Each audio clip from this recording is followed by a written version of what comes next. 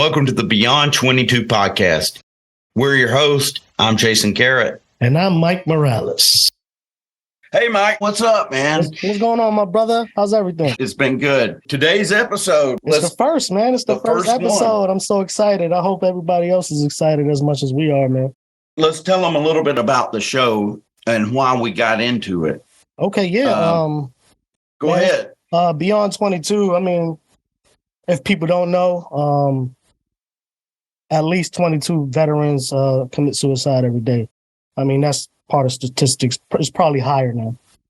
We really want to shed insight to everybody out there. Just not only veterans, but everybody in the world. And just trying to help people, man. Trying to give people advice and help people. We got guests coming in the further episodes. Just have fun while we're doing it too, Smoke some weed, get high. Yeah, it gives us a chance to live our best life and show others how they can live theirs. Definitely, man. And in the times, I believe that it's a necessary thing to have something outside of a political discussion. We need to put away the bullshit and get down to what really matters, and that's healing the self and moving forward as individuals so that we as a whole can establish a way for us as a species to move forward, because there's some crazy shit going on There's a lot of crazy shit going on. Don't lie, man. I mean, it wasn't like this when we were in, was it? I mean, hell no. Would have straightened it out like that. They ain't alive, brother. If you want to start first, or I can start first with an introduction to ourselves. I could go first. Man, my name is Mike Morales, guys. I'm 37 years old. I was in the military for about 14 years. I got medically retired, man. And I have 4 beautiful kids. Been married to my wife, going on 18 years. I come from New York, man. I was born and raised in New York City. I was born in the Bronx and raised in Spanish Harlem.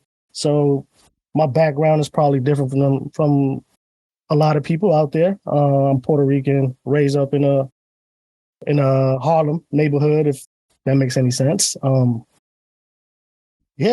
growing up was hard, and then we joined the military and I started getting on my feet and I'm doing better now. And I met Jason in the military as well. Yeah. Yeah. I met Jay. I was in the arms room at the time when I met Jay. Yeah. Oh yeah. You were taking over for Alfaro, wasn't it? And I was, Alfaro. I was moving out. Yep. You was there with Woody at the time. Yeah. Remember Woodrum? Yeah. You were there with Woody, right? Yep. And then Woody was replacing me. He was replacing you, and then once I got there, I started replacing him. Yeah. So then that's when they got Drew to come into the arms room at the time.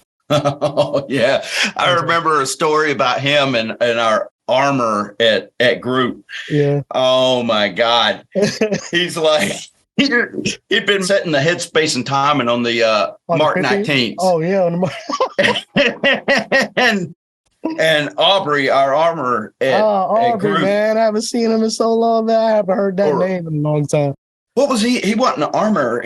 We were armorers. He was the gunsmith. Yep. Yeah. He was the one in charge of when you take your weapons to get when they messed up. Yeah, when they were fucked. When we couldn't fix them, we sent them to Aubrey. Definitely. He looked like the old man, the puppet that Jeff, the old man Walter, the puppet, all angry and shit and bald. I came in, I was the new armor at 3rd Battalion. Okay. And I was going in to introduce myself because I met him before as an 18 Bravo, but I never knew him as the armor. Gotcha. So I was going in to introduce myself, and I was like, I'm Jason. I'm the new armor in 3rd Battalion. He came storming across and got like right up in my face. And he's like, God, tell that 45 Bravo. He touches my Mark 19s again. I'm going to whoop his ass. And I was like, what the fuck is a 45 Bravo? I don't even know what the fuck that is. He's like, it's a glorified part changing son of a bitch. Oh my God, dude. I was like, okay, I think I know who you're talking about. Oh, that's funny, man. Damn, that's a blast from the past, bro. Oh, I know, man. It's crazy to think about that shit. Yeah, man. So, how about you, man? Like, what's your background, everything? Well, It's hard to put a label on what I was. I mean, if you did, it would either be hippie or gypsy. I mean, my mom and I moved around since I was born here in a small Alabama town. Okay. My mom wanted to get out of here because a lot of reasons, and we moved to Colorado with some hippies, and I mean, we moved like 4 or 5 times within Colorado. Okay. Then we moved back here after a few years, and then we moved up to North Carolina for a while. And I just moved around, and I lived on, for a while, I lived on a ranch with a bunch of hippies, and about 7 or 8, I was smoking weed and running around barefoot and naked. As I grew up, I was bullied. Well, I was tormented from 6th grade through 8th grade till we got to high school. And I knew guys from the other school that fed in there, and they were like, "Oh, we won't fuck with him no more because he knows more motherfuckers here. Now he's cool." Fuck yeah. And then I got struck by lightning and died and had the death experience. That was at 15. Wow. And I moved. After that, I became a whole different person. I mean, a whole different person. I actually moved back to Alabama with my grandparents, and I became more of a bully. I wasn't a physical bully where I beat people up, but I would humiliate people. I would put people down, but I did it in a funny way. I mean, I did it, I'd be having a laugh with them at the same time I was putting them down. Oh, my God. And it's like, oh, my God. I didn't even realize I was such a bully until me and my friends were together, and they're like, "Dude, I didn't want you mad at me for shit because you would just drag motherfuckers to bruises." So I'm like, holy shit. But I think a lot of that, I never even knew that until later. So gotcha. Anyway, when I got out of high school, I remember sitting around the house, getting high, watching the first Gulf War just started on TV. Damn. My grandmother comes in and tells me, she's like, "You better join the you better join the National Guard, or you're going to get fucking drafted into some shitbag unit, and they're going to send you on a suicide mission." And I was more of a hippie kid, I grew up, oddly enough, wanting to be a Green Beret and as a hippie. And you know where that came from. And it's so fucking odd because I remember passing the joint around from, I was like 6 years old, barefoot at parties at our farm. And we had the greatest parties, and these things, and I would be passing the joint back and forth from adult to adult. They were around the campfire, and they didn't want to get up and go all the way over. So they passed it around. Yeah, I'd take me a hit, man. I was like, let me see what this shit's about. I love the smell of it, Fuck yeah. So I got to hear all these conversations that were, I heard about Zen, Bruce Lee. Gotcha. And Vietnam, it was right around that time, it was right after Vietnam. And you had a lot of Vietnam vets there that would talk stories and stuff. And it was always, man, those Green Berets, those are the baddest motherfuckers. And I was like, dude, that's what I wanted. In my head, I was like, that's me all the way, right? I want to be the king of the fucking jungle, and it's hell yeah. And that's cool as shit. And in my head, I built up this idea of what that would be. And as I grew older, it kind of went away. It was in the back of my head, and I've got pictures of me as a kid, dressed up in camouflage with a Green Beret. Hell yeah. And wearing tiger stripes and shit coming out of my grandmother's bushes in their backyard. I could never figure out why the neighbor kids could see me. And I'm like, and then I look, and my face is like, it doesn't have any camo on it. I'm wearing fucking a Green Beret in the bushes. Oh my. But I didn't have anyone in my family that was my granddad was in the Navy back in World War II, but that was about the extent of our military background. Gotcha. So it really wasn't that, but it was more of an influence from the stories I heard as a kid around the campfire. And I was like, wow. And that's kind of, a lot of my life right now is based around that time period of my life.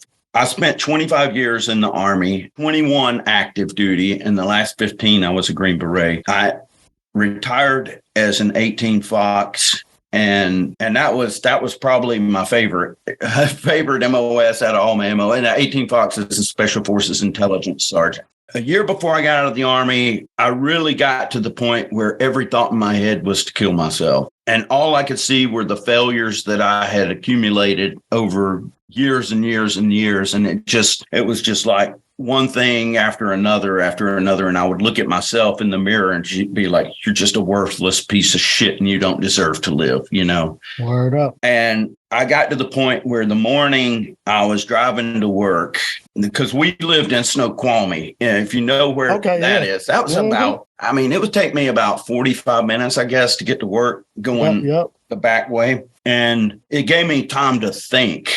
But see, my head was in a downward spiral. So it wasn't positive thinking and it wasn't productive thinking. It was more negative thinking. Consuming negative thinking. And so on my way to work, I decided, I was like, okay, today is the day I'm going to fucking do it. You know, I've got my 45 at the house. You know, that'll do the job. You know, I know what I'm going to do. As I was going to work, I said, well, then why the fuck am I even driving into work? I said, well, I'm going to show my face, you know, do my thing, go through the motions and act like nobody notices type stuff. I know. Well, I'm going to go in and I'm going to send the group psych an email. And if he can see me, then I'll tell him I need you to admit me to 5 North, the psych ward on Fort Lewis. And so I went in, sent him an email. And I said at 9:00 in the morning, once I checked my email for the last time, if he hadn't sent that, then I'm just going to pack my shit, go home. Because I didn't have anyone. I was in a position at that time that I didn't have anyone to report to immediately. It was just like, I'm on my own. I'm working with other people, but I can pick up and fucking walk out if I need to. Definitely. You're on terminal leave. You put all this time in. Definitely.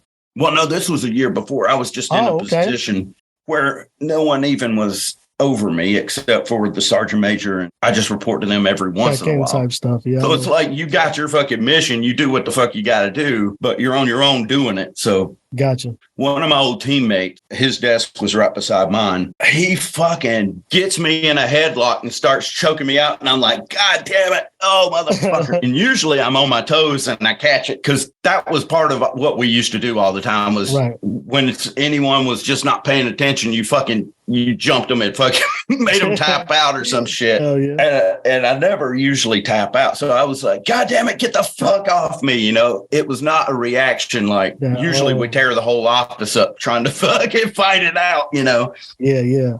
But it's like, get the fuck off me. So he's like, dude, do you need some time? And he could tell right away something was wrong, yeah. Yeah. And I was like, no, I'm fine. Just leave me alone. So I got shit I got to think about and do. So anyway, I got the email right before, and the psych's like, I can't see you, but I've got this captain who's also a psych. He can see you. So I'm like, oh my God, okay, I don't know this guy, but whatever. And he was a pretty new psych. I mean, he wouldn't get in there, tell him what I'm going to do and everything. He's like, first thing he tells me, he's like, think about your career.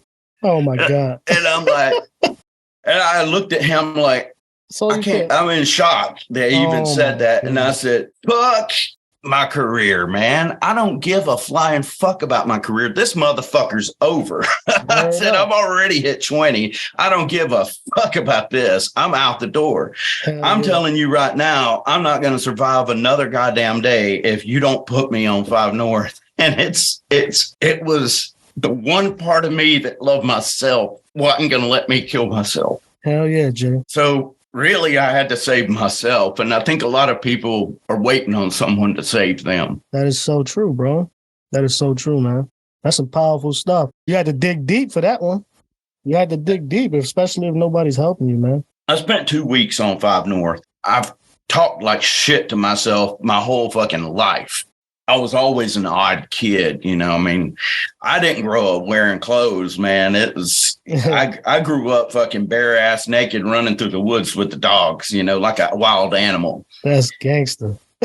And playing in the fucking cow shit pond. Swimming in the cow shit pond. Hell yeah. I thought it was like some really dark soil that was down in the bottom of the pond. And I asked my mom about it like years and years later. Shit.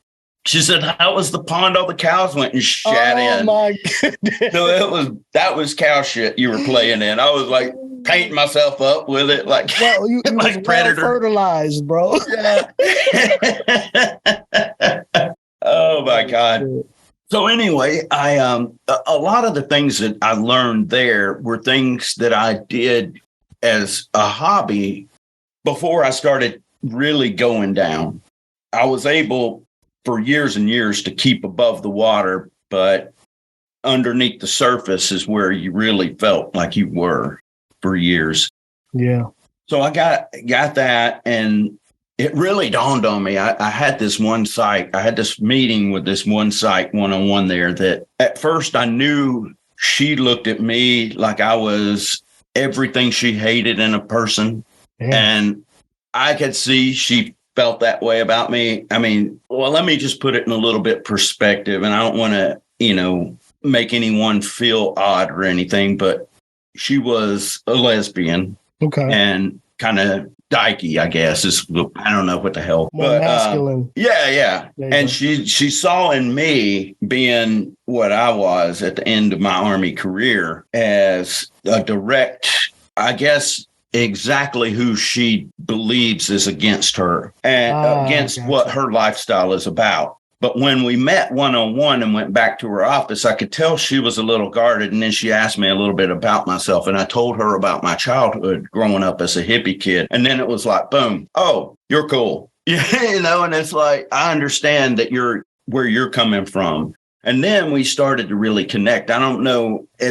She's not the first person I've seen in a position like that, a therapist that actually has had a hard time getting past their own. That's serious.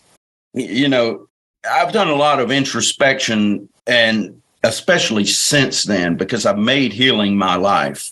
My entire life now is dedicated to my own healing. And now part of this is using what I've learned about myself in our podcast to help other people. That's amazing, man. And that's really why I want to do it, And I think that, like you said, 22 veterans a day kill themselves. And now that I read an article just the other day saying that is outdated, and now they think it's double that. See, that's crazy, man. That's crazy. I know. That's crazy, man, because a lot of people do feel scared to talk. I mean, I was at a low point, too, when I was getting out, I was also thinking about, because I got 4 kids and I got, one with special needs. He used to eat through a feeding tube and stuff like that. And damn. And I was thinking, damn, how the fuck am I going to take care of my family now? You know what I'm saying? So yeah, I just was same thing, looking at myself in the mirror like, yo, you ain't worth shit, bro. You ain't fucking worth shit. How these kids gonna look up to you? What your wife is gonna think about you?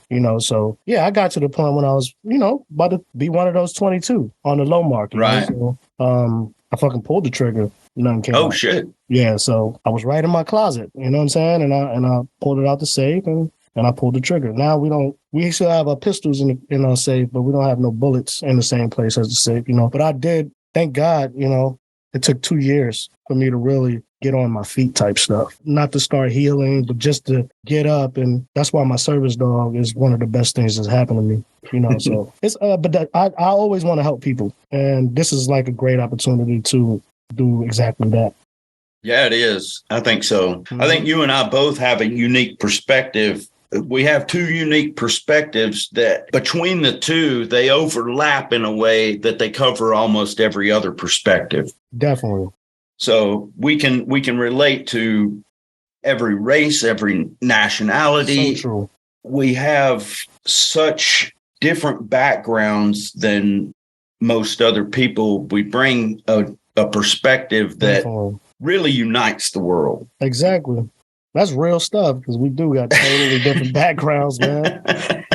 Yes, I'm just so blessed to try to help out, man, for real. No, I think there's the world the way it is right now needs less division and more unity, man. Unity. Yeah, exactly. That is so freaking true. And this is where we come in. And we're going to try our best, man. Yeah, we're not spewing a bunch of fucking hate. So yeah, that's true. Yeah. No, we ain't putting no bullshit out there. Yeah. What made you want to fight for freedom type stuff? Well, like I said, at first, that was all personal to me. I mean, I didn't give a shit about anyone else. To me, in my head, the whole idea of being the best, back then the army ad was be the best, be all you could be. Yeah. Be the best you could be. I fucked it up and I was there. I was like, oh yeah. And I watched the movie Stripes about 100 times. So I thought it was going to be fun as fuck, dude. Hell yeah. It wasn't as fun as Stripes. Wasn't it? That's funny as shit. So, going back to the original reason I joined the Army. Well, I joined the National Guard at first. And when I joined the Guard, it was because my grandmother had terrified me into, they're going to draft me into some shitbag unit that was only going to get nothing but suicide missions, and they were going to just die. So I was like, oh, fuck, I don't want that. I better join the National Guard and be like Jimmy down the street. Oh, my goodness. And then I find out they sent more of the Guard than they did the regular Army in the first Gulf War. Oh, shit. So I was like, God damn. Okay. So I get out of basic training and everything, and I get into the Guard thing. They fuck up my pay like month after month, but I finally get to where it's a consistent thing. And I'm like, okay, I can deal with this. And it was kind of a pain in the ass every 1 weekend a month, for me to get my shit together. Yeah. But I went to this school. It was armor school. And I went in the National Guard to an armor school. I was in the North Carolina National Guard at the time, in a unit in Asheville where I'd lived growing up. Actually, a majority of my growing up was in Asheville, North Carolina. So right around that area, more rural, but than Asheville. But no one will know where the fuck I'm talking about if I said those places and not Asheville. So, but I was in that Guard unit in Asheville, and this job came open for armor's course. In my mind, I was a medic at the time, by the way. So holy shit. I was a 91 Bravo. I was the first class of 91 Bravos and the last class of 91 Alphas. It was the last class they had drill sergeants in AIT. That sucked, dude, because we couldn't do shit in San Antonio, and it was an awesome town. And that's back when they held the 18 Delta course in San Antonio, too. Wow. Okay. Anyways, I was a medic. I hear about this armor course, and I was like, fuck, in my mind, I'm thinking that's driving tanks and fucking shooting the picker, and hell yeah. And I'm like, I fucked some shit up. Bang, bang, motherfucker. Yeah. And I signed up, and then I was like, oh, it's like a gunsmithing school. That's pretty cool, too. That's learn about weapons. And it was at the, I forgot what level they call that, where you send, it's like Aubrey's level. Okay, yeah. You send it to the gunsmith. Yeah. And I was basically working one-on-one with this E8 master gunsmith. And he took me through every gun in the arsenal of the U.S., one part at a time, and told me exactly what each piece did and why it did it and how it did it and the function. And it was really amazing. It really got me interested in it and everything. And I was like, that's fucking cool. This is like the M60 machine gun and the 45 at the time, the 1911. Damn. Son. They didn't have, I don't think they had the Beretta at the time. That was back when it was still the 1911. Oh yeah. I mean, 1911 is one of the best. Oh, I love the 1911. Yeah. So I learned all about the weapons, and I got really into that. And I was like, this is pretty nice. So I was living it big for me because I was unemployed at the time. Yeah. I didn't have a dime to my name. That's another reason I decided to go to armor school. That's because I was only getting the 1 weekend a month pay. And of course, that went out the window because, like in the first fucking 10 minutes. It was measly paper back then, man. Yeah. Living in a hotel at the armor's course and everything and having all your needs met. And I was like, this isn't too bad if this is the fucking Army. I didn't know the Army isn't armor school in the National Guard. Armor school in the National Guard and the Army are two separate fucking things, This cool E8 is fucking different than a real E8 once you get active. Than a real E8. Yeah. Oh, shit. So I joined up, and my first duty station was Fort Wainwright, Alaska in Fairbanks. Nice. And I loved Alaska. I hated the fucking Army. I was like, oh my God, I fucking hate this Army shit, man. I'm getting the fuck out. And I got out. I loved Alaska, but I didn't stay. And I got back here. I was a civilian for a while, and then I worked at Coca-Cola in Durham, Raleigh, Durham, North Carolina. Well, I delivered to Chapel Hill. I delivered to Franklin Street and all the college town and sororities and fraternities. That was fun. Yeah. Yes. It was a pretty cool place, you know. Yeah, I read an article somewhere that Coke delivery guys lift 65,000 pounds a day. And I was like eating a pack of crackers twice a day, and that was it. You know, just in between. My route was so heavy, and I was like, there's no place for progression, nothing. And I was on a exercise with my National Guard unit at Port Auburn, California. You know, was it NTC? NTC, yep. Yeah. NTC. We were at NTC, not like when I'm in SF or even in the regular Army. Our guard unit was in a warehouse inside of the base, and they didn't have a slot for a medic. So I was issuing out mops in the supply room, hanging out with the supply guy. And they're like, oh, we don't need a medic. We don't have any slots for him. So I'm like, okay. Somehow my wife at the time got the number to that supply closet I was working in and called me up and told me that I was going to be a dad with my daughter, my first child. And I was like, holy shit, this is a big deal. I don't have anything, you know, and I don't really know. I haven't accomplished shit, you know. I don't have any way to teach this kid any lessons or anything. I don't have anything to offer. So that makes you think real fast, man. Right. And so I was like, you know, I'm in a dead end job. I'm not going anywhere, and I'm going to run my back into the ground lifting so much every day. So I was like, what have I always wanted to do? And I always wanted to be in special forces. I always wanted to be that. In the back of my head, I had that fantasy all the time. And I was like, you know what? I'm going to do that, and I'm going to show my child that they can do whatever the hell they want to do. That's a fucking fact, man. So I signed up, and of course, the Army at the time didn't have any slots for medics. So the recruiter talked me into becoming infantry. Well, he gave me 13 options, and I was like, well, I only want to be special forces. And I know as a medic, I don't know shit about small unit tactics. So I need to learn that. So infantry was on the list. So I took infantry and came back in and reclassed. I didn't know I was going to have to go all the way back through basic training. So I had to go back through basic, and this time at Fort Benning. Oh, yeah. So it was great. Said it was great. Yeah. It was in the middle of summer, too. God, it was. God. Oh. I swear. And, you know, I'm from Alabama, so I know the humidity and the heat down here. Not when you're working out full time, goddamn. Not running in the morning behind my drill sergeant who just came out of the club reeking of fucking swishers and fucking liquor. Dude, I was about to throw up. I remember one morning running, and it was so thick, the air. You could have drank it with a spoon. It was just Jesus Christ. I felt like I was drowning, and I was always in the fastest group of runners. I don't know how in the fuck our drill sergeant was leading the charge, because he reeked of fucking booze and cigars and shit. And I know his ass just left the club.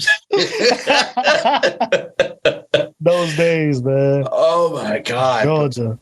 Yeah, so halfway through it, they reclassed me again to 11 Mike, which is mechanized infantry.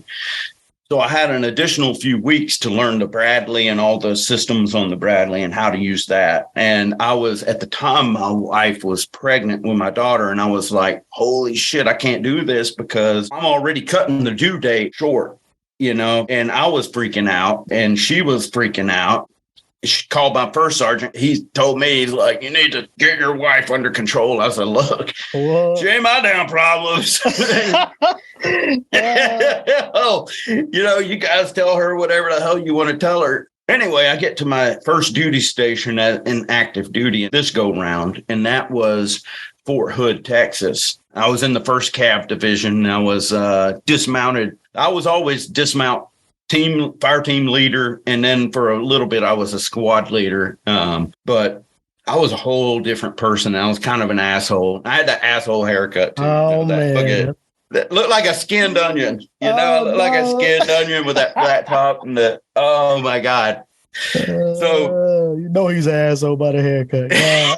Where you got a ball patch in the top, but not because you got a ball patch, but because you cut it all the way that short. And I really was an asshole. I remember fucking some of the shit I did and yelling at some of my guys. I'm like, I'm gonna piss on your goddamn grave, you piece of shit. I hope you fucking die, you worthless sack of shit. Oh my God. I look back, I'm like, holy shit, man. I was a horrible fucking leader. I was a lot better in SF because I was laid back. I left that and I was like, this is my kind of army right here. Yeah. The lifestyle we had at group, it's like, it changed a lot over the years. It definitely wasn't as slack as it was. Shit. When I first got the group, it was way more relaxed than when I got out, Oh, I know. I got to group in late 2002. I got there 2006. And that's when we went to Iraq. Yep. I got there. Shit. I got there 2 weeks later. I was already in Iraq, bro. We ran into each other in Taji one. Yep, Taji. Yep. Yeah. Yeah. I was still wet behind the ears and everything. So I just got out of basic AIT and airborne school. Right my God. Airborne school, I went there. Shit. When I pulled up and I went to the office one time. I don't know if you know Malero, but he was an E5. He was an S1 guy. I know the name. He was an asshole. S1 guy. He was. I thought you said he was an asshole. No, he wasn't. But I went there and I logged onto the computer and I think he knew where I was from because he's from New York as well. But he was like, Eddie, I fucking jumped up and locked up. I was like, because you were just out of basic. Yeah, just out. Oh my God!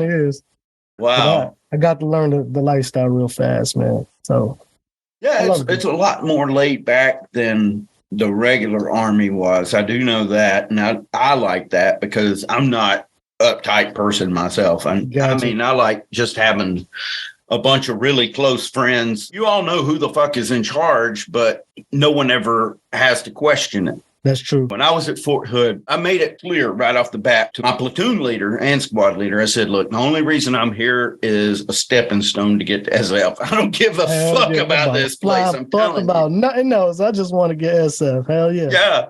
My unit was going to Bosnia and they said, do you want to go with us or do you want to stay back as rear detachment and train up for SF? And I was like, I'll stay here and train up for SF. I want to get to where my ultimate destination as fast as possible. I don't want to sit here and fuck around and and then start building something that I'm just going to have to tear down and start over again later. So I need to move forward. And they understood that.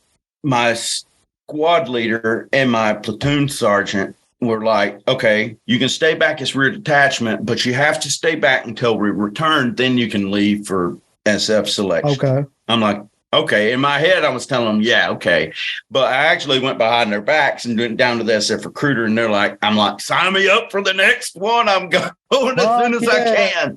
And so they did. And then I kind of made up this story, and I told them not to sign me up until then, but they put me in anyway. Now it takes over a colonel to get this changed and everything, so I can't change it now. I loved SF selection. When I got off the trucks to Camp McCall, Welcome to the Jungle started playing in my head. And I was like, Welcome to the jungle. This is where my whole life has been leading me. To me, that's... Tell the people, how long is SF selection? At the time, it was 3 weeks. It was 21 days. Now, I have no fucking idea because they change it all the time. And I know they learn and adapt different things and try different things and try to do... I never knew anything behind the scenes until I got to SWCC, the Special Warfare Training Course, JFK's John F. Kennedy Special Warfare Training School and Center at Fort Bragg, the schoolhouse. And I never knew any of that shit that was going on behind the scenes. So I had no idea how fucked up it was. But, it was like, it just seemed like the seamless course that I was going through it until I got behind the scenes and I was like, holy shit, there's a lot of jumping through hoops and a lot of planning going on all the time. Somehow watching other people suffer and knowing that I'm not suffering as much internally. Gotcha. I felt like it was just driving me. And I was like, fuck, this is getting easier. The more everybody else suffers, the easier it gets for me. Because when I see other people suffering and I'm fucking trucking, I can just block it out of my mind and just keep driving. I mean, so I was having a great time, and that was good. That was amazing. I also had a great time in Sears school too. I was like, I need another ass kicking because I don't think I really learned my lesson. Oh my God. Be careful what you ask for, dumbass. So anyway, I get selected to go to the 18 Delta course as a SF medic. And also you got in as a medic? I was selected to go into a medic course. Oh, okay. And I did. And I went into the medic course, and it took me a while because I had to go to airborne school. I wasn't airborne qualified or anything like that. So I had to go to airborne school before that. And I had to get a secret security clearance. And I never had a security clearance before. I mean, oh my God. I was like, oh shit, man. I'm sweating bricks. We used to be some fucking thugs, man. I mean, I was always getting hauled in and fucking, it was usually I was able to sneak out and fucking not get caught. So, but I had most of my record was just, hey, knock that shit off. You stop stealing all the signs in town, stop stealing fucking 400 cases of beer, and being a complete jackass. I start the Q course, and I start out in the 18 Delta course, and I spend, let me see, I went halfway through the 18 Delta course, which is a 6 month long. And I already went through the other phases, like phase 2. I'm not a Ranger, and I hadn't been to Ranger school, but everybody I've talked to that is. Phase 2 is basically a Ranger school course. I think it's like 2 months, though, instead of 3. It's the small unit tactics, or at least that's what it was when I went through. I mean, they changed the course all the time, too. So who the fuck knows what the hell it is now? Exactly. I went through phase 2 the first time because I recycled that motherfucker. I had an instructor that hated me, man. I mean, he hated me right off the bat.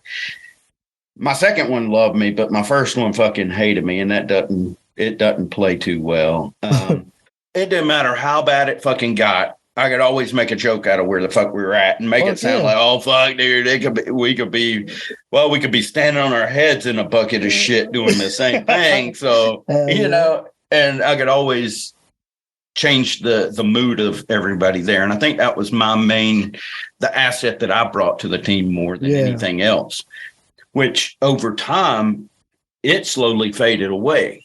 And I became someone different. As people like the first instructor I had in SUT phase, like I said, he fucking hated me. And I say that, and everybody says that, but this guy on my one-on-one interview where it was just me and him, he came in and told me specifically, he said, why don't you do everyone a favor and just fucking kill yourself? Damn. Yeah. And I'm like, what the fuck, man? I mean, what the fuck I do to you, man? Yeah. It was another one of those people that saw me from my appearance and already made an assumption about who I was without ever knowing me. Right. So anyway, I went through that the first time, November, December, and I lost 40 pounds. Damn. And that was mostly from shaking, because I remember we would be on an ambush line waiting for the enemy to come through, and we couldn't wear Gore-Tex because it makes noise, Yeah. Gore-Tex makes noise. Yeah, it keeps you dry too, motherfucker. So we're sitting there in the old BDUs, the basic duty uniforms, the woodland camouflage, and wearing the winter ones, which are cotton and they're thick. Oh my God. Dude, you just soak it up. And you're just laying there. It's freezing cold. It's raining. The wind's blowing like crazy. And you're just shaking your fucking eye. You're like, oh my God, my eyeballs are about to pop out of my face because I'm shaking so hard. A few times I felt like my spine was going to snap. It was like I was seizing up so hard. And, I was accustomed to the cold, like really cold, like in Alaska. I've been in 138 below zero with the wind chill. I mean, it was 60 below zero. That shit's no joke either, but it was a different kind of cold. It is. So cold, wet cold. But yeah, so I went through that the first time then, and I lost 40 pounds. Then I went back through in January. No shit. January and February, and I lost another 30 pounds. So I lost 70 pounds altogether within a 4-month span. Damn. I know. And I wasn't heavy to begin with. Oh, jeez. I was like a POW after that. Yeah. So then I started the 18 Delta course, which in the 18 Delta course, I had the craziest schedule, man. It was just insane. I would get up at 6, go to PT, eat breakfast, be in class by 9, stay in class all day until 5 in the afternoon, go work out, then eat. Then I'd study from like 7 at night until 3 in the morning, and then get up at 6. That's every day. I was sleeping on 3 hours, and I was eating hydroxycut back when it was real hydroxycut. Right. When I was taking like the max dose times 2. Jeez, that's crazy. I get on the treadmill in the afternoons and run, and my heart rate will be 215. Like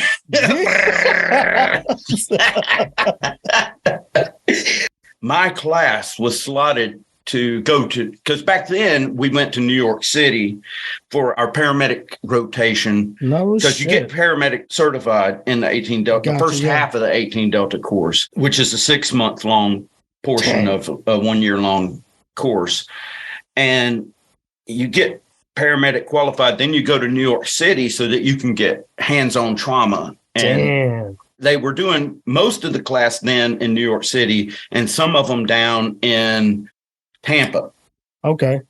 And my class was slotted to go to New York the week after 9/11. Oh, snap. Yeah. We're sitting in class, and we were the biggest class that ever had at the time. It was like 100 people. I mean, it was a big open classroom. Okay. And I remember in the morning, we'd started class, we were doing our thing, and the commander of the 18 Delta course came in. He said, "Hey, I just want to tell you guys, anyone that lives in New York City, that a plane has just flown into one of the trade centers." That's crazy. Yep. And in my head, I'm going, "Oh shit, okay, that's a computer glitch or something. It just flew him right into the that shit was tower." Real as hell. And then he comes back in later and says, and calls us all into another classroom where all the students are, and we're all watching on the big screen the whole second thing. And it was like, holy shit, man. I mean, going down. I'm getting choked up thinking about it, because right then reality hit on me. This wasn't some fucking kid's fantasy anymore. Nah, this shit is real. I was about to be thrusted as a tip of the spear right into the middle of a fire, you know? And I got to think about, this shit's real. And I was like, holy shit. I didn't think as much about myself as I did all those poor souls that I watched. I know. And I was like, how could this be happening? I mean, it was unexpected, of course. It was unexpected. Yeah. It was unreal, you know? Right. It was unreal. It really was. So seeing that right then kind of drew me into perspective on where I was at and what I was doing. Before, I was just having fucking fun. Yeah, I mean, really, I was just there for the party, man. I liked the company and the guys and cutting up. Right after we saw the planes crash into the trade tower, Fort Bragg was a chaos. I mean, because it was open base. Imagine. They just locked down. And I still, at the time, had a barracks room. I was staying in the barracks because there's no way I'd get in and out of post. They had the recycles guarding the barracks, and they had live rounds, dude. They had their M4s. Shit. And I remember one day coming out, one of the guys, I was watching him. He had his finger. He was fingering the trigger on his gun, just fucking running his finger over the trigger and shit. And I looked and I was like, that motherfucker's on fire. I was like, dude, you need to put that gun on, that rifle on safe. You know it's on fire. He's like, oh shit, man. He just laughed. And I said, well, at least there's nothing in it. He's like, yeah, man, look, they gave us ammo. And he pulled back the charger handle. There's one in the chamber, man. Oh shit, bro. Yeah. I'm like, oh my God, I'm more worried about these guys than I am about fucking terrorists coming in. So a week later, I recycled And everybody on the board knew me by first name because I've been there for a while, and I was pretty personal with them. You know, I mean, the instructors liked me and everything, and so they got along with me. Mm-hmm. And they're like, well, you know, you got a 94 grade point average. We know your patient fucked up. I said, look, I've spent a year here with everything going on in the world. I want to be on a team. So let me go to the 18 Bravo course, the weapons sergeant. Because I asked them, I said, can I start back with my course that I'm in now? Or do I? And they're like, no, because they were in a place that I couldn't catch up. Gotcha. Because I had to wait for the board. And so I wasn't in the classes that they were doing. They were doing the advanced cardiac life saving. So the ACLS, I was going to have to start back at the beginning again. And I was like, this is a year-long course, and I'm starting back on day one, and still there's no guarantees that I'm going to fucking get any further. They called me back in. They're like, your class starts Monday. No shit. So you started the Bravo course. Yeah. So it was a lot faster. It was half the time, and it was already something both of them were something I was familiar with because I was a medic before, and I knew about guns and stuff. I learned a lot more in the 18 Bravo course. Then I got to my team, and like I said, our first deployment was the Philippines, and they had just lost like one of the 160th Chinooks crashed, and like a bunch of them had died in the Philippines. Oh, shit. And right before we got there, they had one batch of SF guys go in before us. Okay. And one of them got blown up with an IED right outside of the gate of the camp that we were at. And I actually went by that. I was out at night hanging out with, and I was sneaking back on base. And on my way back, I actually ran by that cafe, and I was sneaking through the shadows, running in between buildings and shit through town by myself to get back to the camp because I've been out hanging out. So I stopped at that place where the rubble was, where the IED, because it was still just like it. And I just stood there for a second and just kind of took it in. Yeah. And then ran in and told the guy at the gate, was like, what are you doing outside of the gate at like 3 a.m? I told him some bullshit and came in. But yeah, the Philippines was really a interesting deployment, and it gave me a lot of experience that I wouldn't have had otherwise. I think it was great for me in a lot of ways. Makes sense.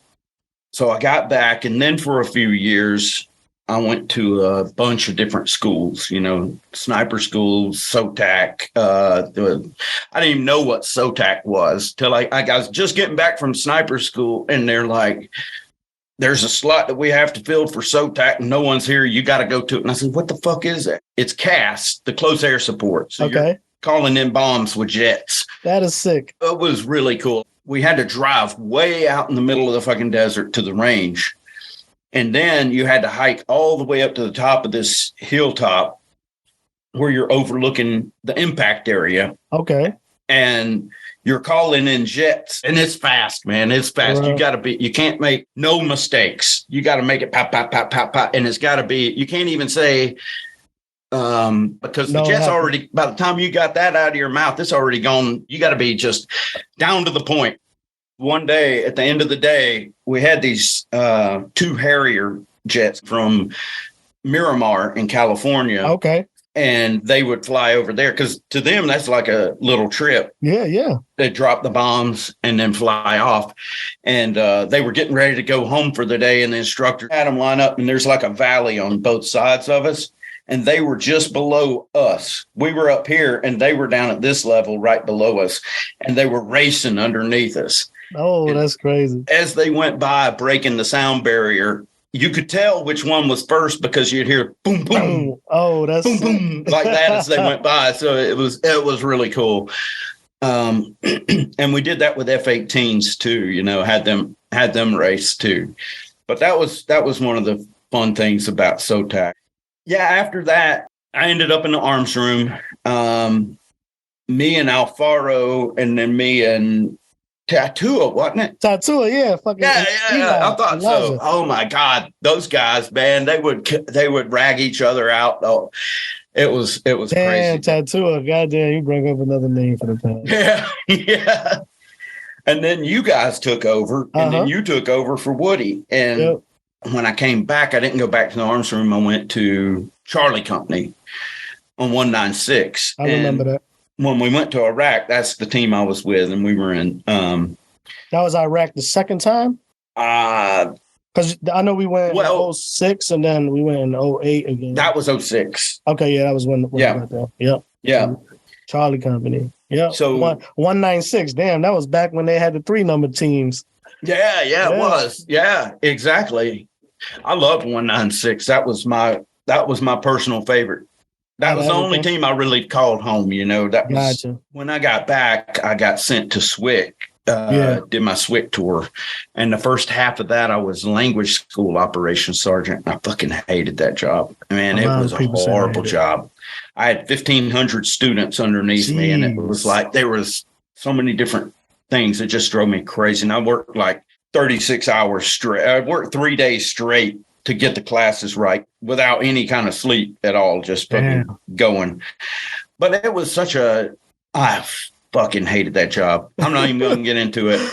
But halfway through my SWIC tour, they decided to replace the military in language school with civilians. Okay. Yep. So the lady that was the head of the people replacing me, because they replaced me with like 7 people. And they took my job and divided it into 7 parts. Gotcha. And she was telling me, she was saying, how can we do all this work? How are we I was doing this by myself. Shit. That's what I told her. I said, how can 7 people do all this work? Are you fucking kidding me? I did it all myself. And it ran seamlessly. That's something you have to learn. I mean, shit, us, especially being in the special operations unit.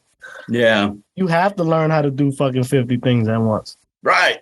Because they'll put it on you and it's like, figure it out. That shit made me grow real fast, though, like learning my jobs and stuff like that.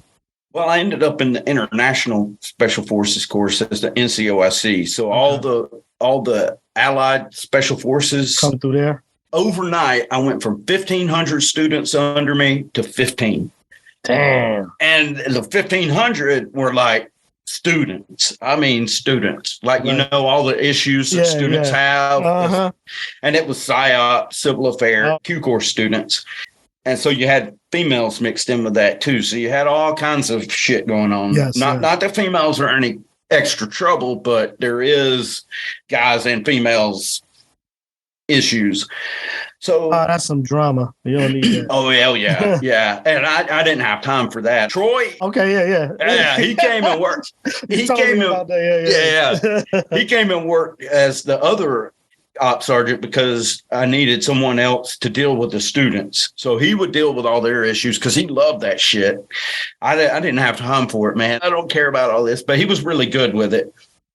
So I handled all the administrative stuff in that job, and he handled all the actual student issues. And then when they split us off, I went to the international course, and all 15 of those students would already be Special Forces qualified guys from their whatever country.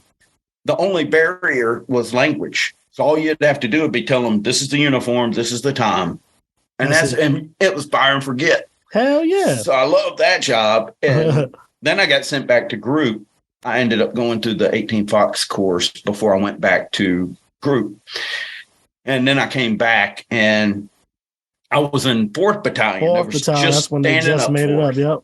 And I was the first person on my team. So when I got crucified on the day of my first day of Thor, I just fucking took a nap. I was like, I'm going home. I'm slurring my speech. My eyes are blurry. I'm seeing double. I got to get the fuck out of here. Right before I got out, I was the group anti-terrorism guy. So that was HHC, right? Yeah. Yep. I was that and the personnel recovery manager at the same time. And that was about the time that's when I put myself on 5 North, was right in there. Because I was working down in the skip, so every day I didn't see sunlight. Yeah. You go in when it's dark, you leave when it's dark. Especially in Washington in the winter. Fuck yeah, man. All the light you see is just fake. That's crazy, man. That's not life, man. Nah, it sucked. So I couldn't live like that. It's like putting a plant in a closet and saying, Yeah, survive. well, no light. Yeah. Fuck that. Speaking of Five North, the lesbian psych I met with explained to me when I was there, she said, you know, I'm listening to your story and you have such a really amazing story. And I can't help but think, you know, I hear all your sadness and all your, you know, mine was a big issue of mine was despair in the world, because I study a lot of quantum physics and stuff, so I don't even look at the world as actual physical stuff. I look at it as an illusion that can just fall away all at once and never has happened. And some of the things that they have written in my medical records, I've read. I mean, like, it's a stack that's fucking big. It's funny. But some of the things I read in my medical records, one of my psychs had said something like he kind of concerns himself with things like normal people shouldn't, like only people like Einstein should think about. I'm like, what That's the crazy. Fuck do you think? You think Einstein's woke up and said, I think only people like me need to think in the world? You know, it's like, you don't think that hard, basically. So I was talking with this psych and she was like, you've got 1 year left. You've already dropped your retirement packet. I already had dropped it at that point. My whole last year was going to be out processing. And she's like, you can determine exactly what you want to do. And you can do whatever you want to do. Right now, you're where everybody in the world wants to be. And I was like, holy shit, she's right. That makes sense. Yeah. And when I got out, so much in your life, you know what I'm saying? That especially when you got to that point, man, it was just like, yeah, you can do whatever the fuck you want. Right. I started writing my books when I was living in the yurt. Gotcha. I've got some really good writing on acid that was until I got to the point where I couldn't, where my hand wouldn't, and the page and my pen wouldn't make sense anymore. So, gotcha. But yeah, I stayed there for a couple of months and then went back, and I ended up having to work a job because at the time I was paying child support and alimony that was $1,800 a month more than what I was making. So I was having to put that on credit cards every month. Wow.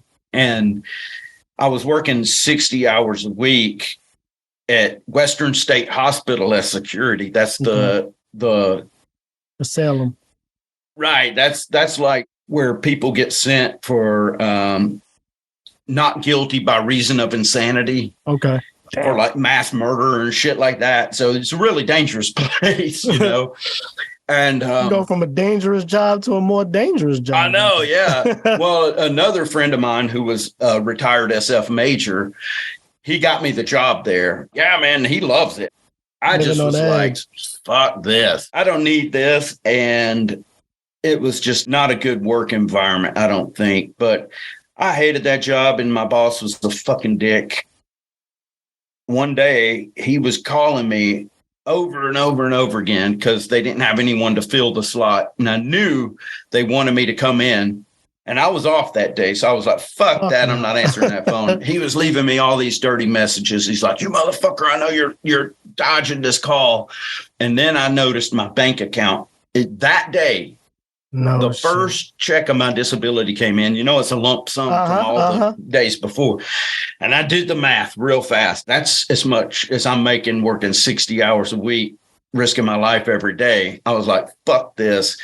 I called that asshole back. He's like, what's about you called me, you son of a bitch. I said, well, I just wanted to let you know I fucking quit. And he's like, oh, what? Wait, whoa. You know, and he's trying to back it up. And they even had one of the other guys call me up and ask me, he's like, we'll put you in a different place. We'll give you all these benefits and everything. And he's like he tells me, he said, dude, you're really the real deal. And I was like, what? What the hell you even mean, the real deal? I don't even know what the fuck you mean by that, but okay.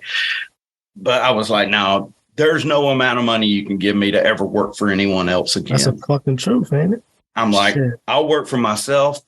I'll put in the effort. I'll do everything I got to do. But I'm not making someone else rich. And hell no. They can't fucking tell like me. Shit. Yeah. Right. That's the whole point is I'm not going to put up with being treated like shit. That's true. We did too fucking much around, to fucking get treated like shit, man. And now I've sculpted my life incrementally. It's taken years and years, but slowly I've built it up to this point where I'm at now, and where it's I couldn't have dreamed a better life than I've built, It's amazing. That is amazing, brother. It really is. But I'm looking at everything that's going on right now. Look, we just had a Chinese spy balloon, 2 weeks ago? Yeah, 2 weeks. Isn't that crazy? And then come to find out, they had 4 go over during Trump's presidency. So since 2016, we've had multiple ones come over. We just found out about this. Take all these pieces into consideration, and you look at all these different moving pieces, and you look at the world's economy and all these other parts and everything, and you see the signs of what's going on. China's doing certain things that countries only do right before war. Yeah. Look back at Germany and World War II. Right before World War II, Germany was making certain strategic moves. Yep. And they have this last year, I remember reading about this, they have taken mostly British jet fighter pilots, and they've paid them enormous sums of money to teach them the Western tactics. That's wild. So they understand our tactics now. And they steal our technology all the time. So we pay billions of dollars to create this technology. And then China spends 50 cents to have a spy come in and steal it, Steal it all. Word up. So we're in a predicament right now. And within our country, we've got division. We got division exactly between ourselves. Yeah. Man. We're divided in every single way. And what people don't see is the politicians that they believe is going to fix this shit don't give a fuck about them. Not a flying fuck. All they're going to do is step on them as a stepping stone to the next level. Exactly. And what they're doing is they're not really understanding how detrimental us tearing each other apart is, because it sets us up to be vulnerable for attack by everybody else. That's true. And it makes us look weak, and anybody could come in. Shit, look how, just take for instance this. When you guys say SF, right? We downrange. We train these guys out there. Yeah. We train like the Afghan army out there, right? We're teaching these guys how to fucking attack us. Remember that, what is that, green on blue, whatever that shit was, when the Afghan army was turning. Yeah. Like while we was training them. You know what I'm saying? Well, us beating ourselves up, we would have never been able to see that. Right. You see what I'm saying? Yeah. We had something like that in the Philippines. One guy started, he made it look like an accident, but dude, there was no way that shit was an accident. He was fucking full autos, just spraying, hoping he would hit somebody. And I was wrestling with him to grab his rifle from him, and it was firing while I was tugging on it. I picked him up off the ground, and he was still holding on to it, pulling the trigger, trying to shoot the other guys we were doing bounding. Where you've got one team pulling Overwatch and they're laying down fire while this team bounds forward. Well, he was on this team, and instead of firing in his lane, he was purposely firing over there towards them as they were bounding up. And I just happened to be walking behind them. My job was to keep them in check. I was dude, cease fire, and he wouldn't fucking stop firing. Damn. Anyway, that was, Yeah, man, it's crazy how the world is now, man. And if we don't get our shit together, man, they're going to fucking, something bad will happen. Right. I wrote a blog post about Russia and China are the two biggest communist superpowers in the world. Russia has never been really they've been a military threat to us, but they've never been an economic threat. China is both. China is the threat. to the U.S. And the U.S. is on a decline of power. We reached, if you listen to Ray Dalio's book, which is an amazing book, he's a billionaire macro global trader, and he really understands the dynamics of the world. I mean, how everything fits together. Right.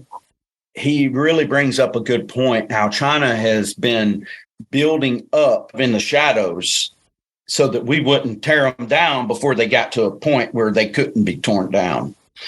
That's crazy. And we hit our pinnacle in 1963, I believe it is. And then after that, we've been on a slow decline.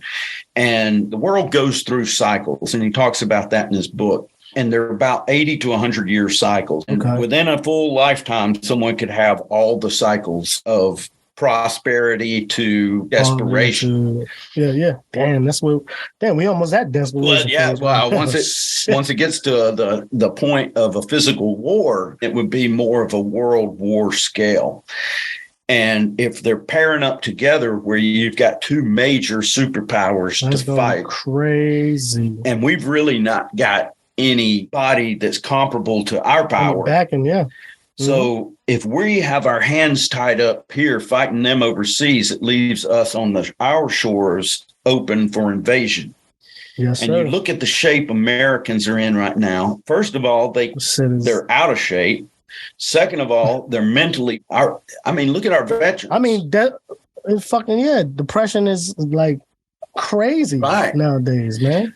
And the depression is ridiculous nowadays. Everybody's depressed. Kids are depressed. Yeah. Hell, back when I was a kid, you had to be rich to go to therapy. I mean, you never heard anyone that went to therapy unless they were a fucking millionaire. No. I think that's great. But it's good. It's good. But we think now everybody thinks on an introspective level. And really, even with all this therapy, there's most people don't even know themselves. They never take time to learn who they really are. And for me, I took 3 weeks into my shed and not having any contact with the entire world, because when you're around other people, you're constantly being told who you are, what to think, what you like. I mean, look at when you watch TV, you see what beauty is based on compared to ugly, based on the opinions of the people that matter. Gotcha. And that sucks, man, because it sucks, man. Especially little kids looking at TV. They do it through cartoons and everything, man. It's crazy. Oh, yeah. It's crazy. Yeah. It's crazy, man. We're in a dangerous position right now. And definitely, I see yours and my mission is to bring everybody together. That is the plan. When I was in basic training the first time, the drill sergeants, what they did, this was back in 91. I was in Fort Jackson, South Carolina. Our drill sergeants came in. We had 2 black drill sergeants at the time, and they came in. They said, today, all the black soldiers, you're going to get to watch movies, and you're going to get to eat the pizza, and all you white soldiers, y'all are going to clean the barracks and clean up the shitters and all this stuff and do all the work and everything. That's crazy. And man, I just sat there and I just listened to everybody fucking argue in that room, and they just walked in, said that, and left. It just became this huge argument, and it was getting bad. People were saying shit that they shouldn't be saying. Yeah. And I just listened for a second, and I thought about it for a second, and I said, wait a goddamn second. Listen, you don't see what the fuck is going on. Exactly. What they're doing is they're driving a wedge between us. We're a fucking team. Yep. Fuck color. Fuck everything. That's true. We got to get this shit done. You can have your pizza. I don't give a shit, but we got to get this shit done. That's all that matters. And we can't be fighting them. What it did, somehow they came back and everything was done because we all pulled together, got it done, and it was done, and no one touched the fucking pizza. It was like we were a fucking team. And that's what I loved about just being in group, man. Yeah. At that time, it was just team, man. We was a team. Yeah. Yeah. Yeah, it didn't matter what rank you were. I mean, No, especially when shit went down. You know? Yeah. Well, there were a few Fuck that, no matter assholes, what. but you can't get out of that. Nah, you're right. But most of those, You gonna find an asshole but everywhere. most of those were up above me. So No lie. they always, it's funny, man. I get to thinking, why didn't I make any higher rank than I did? You know, after 25 years, I should have been a lot higher than E7. And I got looking back and it was like, oh, well, okay. Yeah, I see. That's why. I didn't kiss anyone's ass. You know, I kind of questioned things that weren't supposed to be questioned. I was always a social butterfly at parties, but I was more just a fun person to be around. Yeah, that's me, man. Fun person. Yeah. Well, I remember hanging out, bullshit, yeah. telling jokes, and guys would be just having good times, man. Good times. Yeah. And work got done and everything. It never failed, man. So yeah. The world today is so divided, man. It's really scary. You know, it's really scary. Yeah, it is. And you've got 4 kids, and I look at my wife and I together. I've got 2 and she's got 3 and she has 2 grandkids, you know, and I think, oh my God, what the hell's going to happen? Like, say for my son, my son who's autistic, he just turned 15. Shit, man, I'm scared for him to go to school.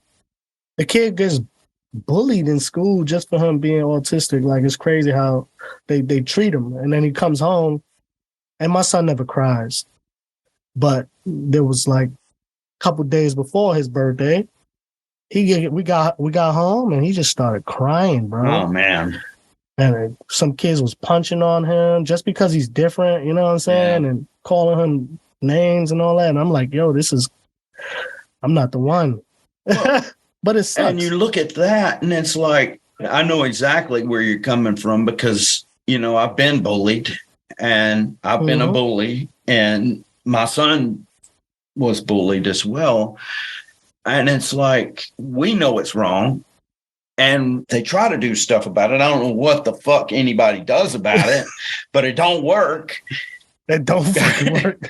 And then we start going around going, oh, well, I don't understand we're having all these school shootings. Well, I'll tell you why. Because you got little fucking people, little fucking people, you know,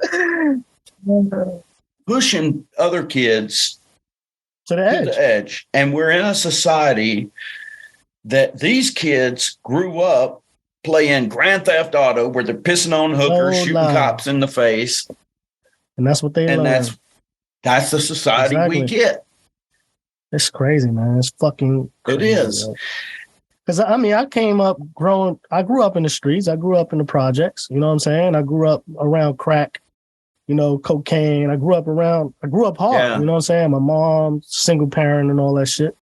But I still learned how to treat people. Right. You know what I'm saying? I think that's why we know how to treat people, because of the way we grew up. Exactly. My mom was the same way. When I was in kindergarten, the hippie kid in Colorado, the hippie kid that couldn't keep his clothes on in class, my mom drove my school bus. No shit. One of the kids on our bus, he had a mental disability. I don't know what kind he had, but, you know, I don't ever use this word, but my uncle was a huge racist. So I grew up listening to him talk shit, and I didn't even know what the hell the word retarded meant. He was standing in the door of the bus, and I was like, Jesus Christ, what are you, retarded or some shit? My mom fucking jerked me up by the back of my head. She's like, don't you ever say that word again. I was like, I thought she was going to kill me in front of the whole damn school. I mean, but she would have. She wouldn't have given a fuck either. She would have fucking buried me right there in the fucking sandbox. Right the fucking, no lie, man. That's that structure, man. And that's something we don't have nowadays in a lot of households. And, you know, people don't realize, and I've noticed this, but people don't realize that your emotions and the way you project your emotions are contagious. Like when I'm out in town, I try to go as little as I can, pack it all into one trip. That's like going to the VA hospital shit. You try to do all the appointments at once. Yeah. I want to get all my shit done and get back here so I don't have to deal with people anymore. But before I do go out, you know, I get my head space straight and I keep myself in a high level of energy when I'm out. I mean, I don't know if you've ever heard of an empath. Yes. I'm a real empathic person, and I can pick up on other people's emotions and feel it. Yeah. Mm-hmm. But I can also, over the years, I've realized that I can also project my energy in a way that it transforms the energy around me. So when I go out, I can talk to people and engage people in such a way that I can watch their face, and you see this face that has right off the bat has like almost a resistance to me, and then it lights up. I'm not a big talkative person anymore. I mean, I was at one point, and I'm like, the least I can do, but I try to project my energy in a way so it sends ripples out into the world to where this person, it affects them. They have a smile on their face, and they go and affect someone else, and they infect someone, and they affect someone. So it's infectious. Hell yeah. That's it for now. I'm Mike. And I'm Jason. Until our next episode, keep your head above water and flow with the current. Soldier died by suicide. National Subcommittee held a hearing today on military suicide prevention. Too many of our nation's heroes are taking their own lives, and we, as a nation, need to bring that to an end.